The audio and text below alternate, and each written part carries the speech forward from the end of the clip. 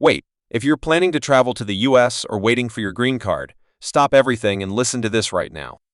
What just changed in the last 24 hours could completely alter your immigration timeline, and I'm not exaggerating.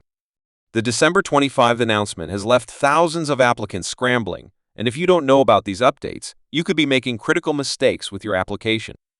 Stay with me because by the end of this video, you'll know exactly what you need to do next.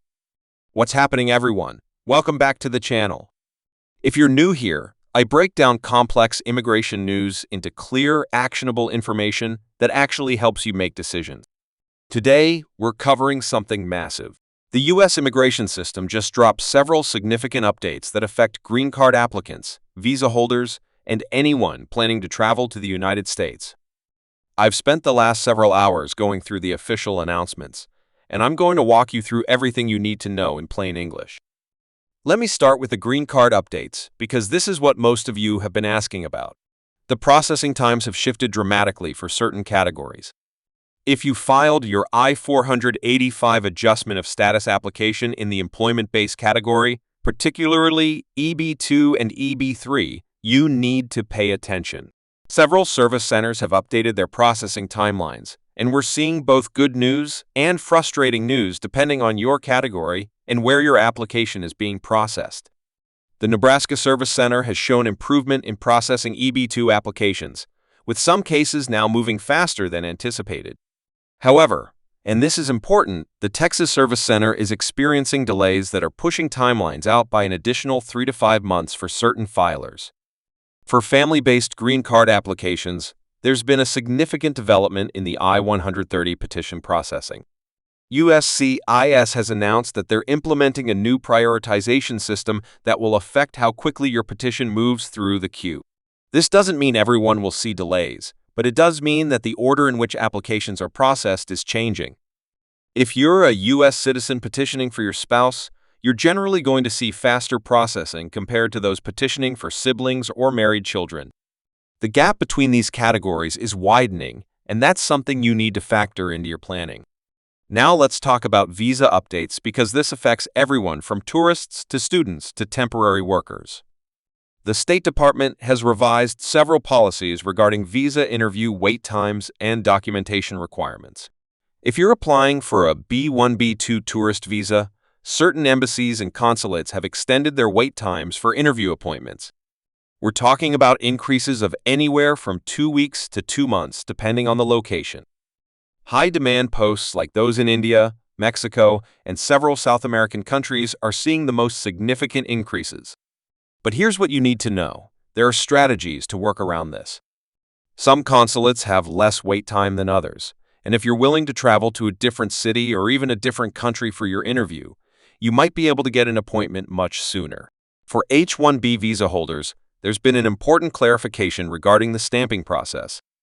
The Domestic Visa Renewal Pilot Program that many of you have been following has released updated eligibility criteria. This program allows certain H-1B and L visa holders to renew their visas without leaving the United States. The expansion that was anticipated has been partially implemented, but with some restrictions that weren't initially expected. If you're planning to use this program, you need to verify that your specific situation qualifies because not all H-1B holders are eligible, and the reasons for ineligibility might surprise you. Student visa holders on F1 status need to be aware of new guidance regarding CPT and OPT employment authorization. The implementation timeline for work authorization has been adjusted, and there are new requirements for maintaining status that weren't as strictly enforced before. If you're on OPT or planning to apply for it soon, make sure your employer is aware of the updated reporting requirements because both you and your employer have compliance obligations that could affect your status if not handled correctly. Travel changes are perhaps the most immediate concern for many of you watching this. The TSA and CBP have announced modifications to screening procedures and documentation requirements at ports of entry. If you're traveling to the U.S. in the next few weeks, you need to know about the enhanced screening measures that are being implemented at major international airports. This means longer wait times at immigration checkpoints, so build extra time into your travel plans. We're talking about an additional 30 to 45 minutes on top of what you'd normally expect during busy travel periods.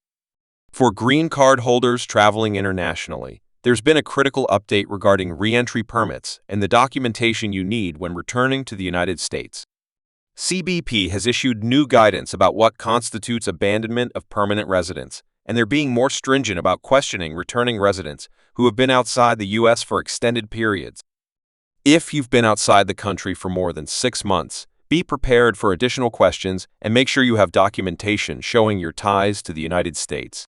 This includes tax returns, property ownership documents, employment letters, or anything else that demonstrates you haven't abandoned your permanent residence. The Visa Bulletin has also shown movement that affects when certain applicants can file their adjustment of status applications, or when they can expect their immigrant visas to be processed. For employment-based categories, we're seeing forward movement in some categories, but retrogression in others. This is particularly affecting applicants from China and India in the EB2 and EB3 categories. If your priority date was current last month but isn't current anymore, don't panic. This happens, and there are steps you can take to prepare for when your date becomes current again. Premium processing has seen some changes too.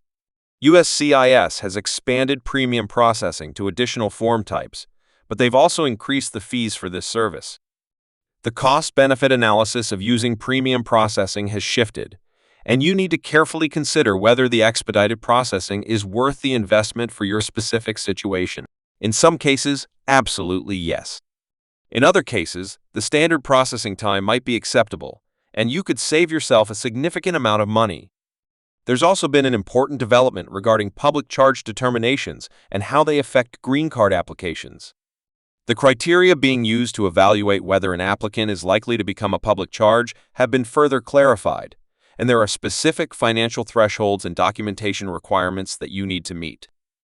If you're concerned about the public charge ground of inadmissibility, now is the time to review your financial situation and make sure you have the necessary evidence to overcome any concerns. For those of you dealing with requests for evidence or notices of intent to deny, there have been updates to the response timeframes and the type of evidence that USCIS is requesting. We're seeing more detailed RFEs that require comprehensive responses, and the officers are being more thorough in their review of applications. This means you need to be even more careful about the initial filing and make sure all supporting documentation is included up front to avoid delays.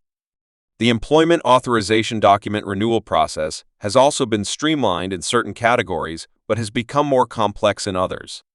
Automatic extensions of EADs are still available in specific situations, but the qualifying criteria have been modified. If you're relying on an automatic extension, verify that you actually qualify, because there have been cases where applicants thought they were covered but weren't, and they ended up with gaps in their work authorization. One more critical point before we wrap up: there have been policy shifts regarding discretionary decisions in immigration cases.